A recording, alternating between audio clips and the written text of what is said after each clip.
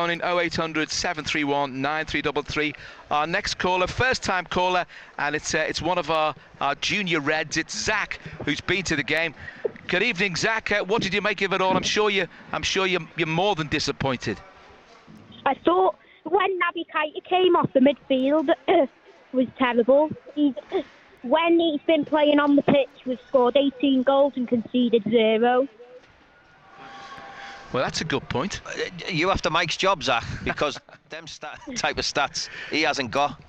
But I agree with you. I think Naby Keita has been excellent. I think last week against Manchester United, he was all over the place. He was brilliant. And then today he started the game really well. And then when he come off, they did lose a little bit of what they had in midfield. Were you happy with Oxlade-Chamberlain when he came on? I was happy with Oxlade-Chamberlain, but we're still going to win the league. Do you think? Yeah, we're still going to win the league. Well, you're talking about, obviously, you're a fan of Naby Keita, and when you consider the problems that he's had injury-wise since he joined Liverpool, and then last week when he was one of Liverpool's, if not their best player in the first 45 minutes, certainly one of them, along with Mohamed Salah and others, and then that tackle, the wretched challenge from Paul Pogba, he had to come off. We thought he was going to be ruled out, and then he's past fit, and he got injured again. He doesn't have much luck, does he, Naby Keita? Not really. I've realised that he's always injured, but it's not his fault. It's always like muscle injuries or rash tackles. But I think Jurgen Klopp's done it on a shoestring budget. He doesn't deserve the credit that he has. Well, he's got a fair bit of credit, and I think he's earned every bit of that credit. It's a setback today, and it will be perceived as 2 points dropped when you're 2-0 in front. But what are your overall thoughts, Zach, on Liverpool's season so far? Well, we've been amazing, Mo Salah is the best player in the world, and he should win the Ballon d'Or. I agree with you there, Zach. I think he's been unbelievable, hasn't he? And he was a bit quiet today, Mo, I thought. He didn't get many sights at goal, did he? He had one disallowed. Liverpool just couldn't play him in. A bit of credit there for Brighton, the way that they... Yeah, the way they defended him and dealt with him. They had a way of playing, and they had a plan and stuck to it. So fair play to them. I suppose in some respects, Zach, last week was supposed to be... Liverpool are a much better side than Manchester United. Of that, there is no argument.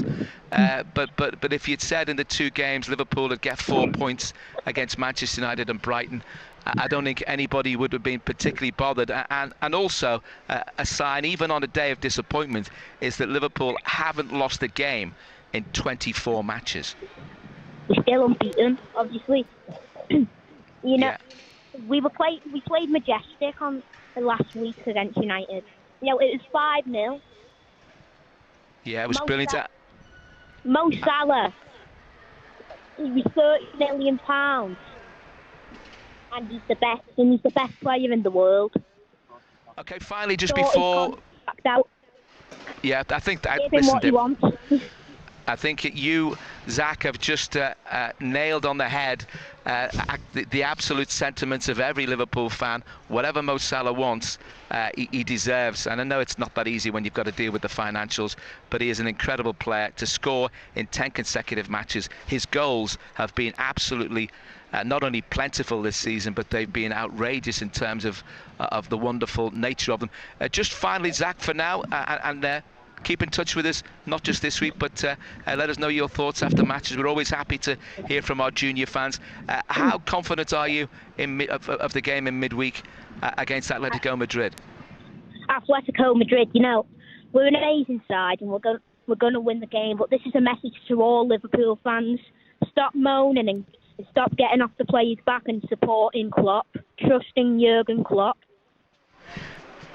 It's a great message, Zach. I think most of them do. I think there's only 1% who don't, and they're more vocal on occasions like this, aren't they? I think so. I think when you look at what Liverpool have done, it's incredible. And when you look at Jurgen Klopp and what he's done and the stats he's done, it stands him up there with the best managers that's ever walked the planet. Yeah, that's ever been. So I think the vast majority, certainly 99% of them, I think, know that and realise that. You always get 1% who, no matter what happens, they're always moaning. But they're not happy unless they're unhappy. Yeah.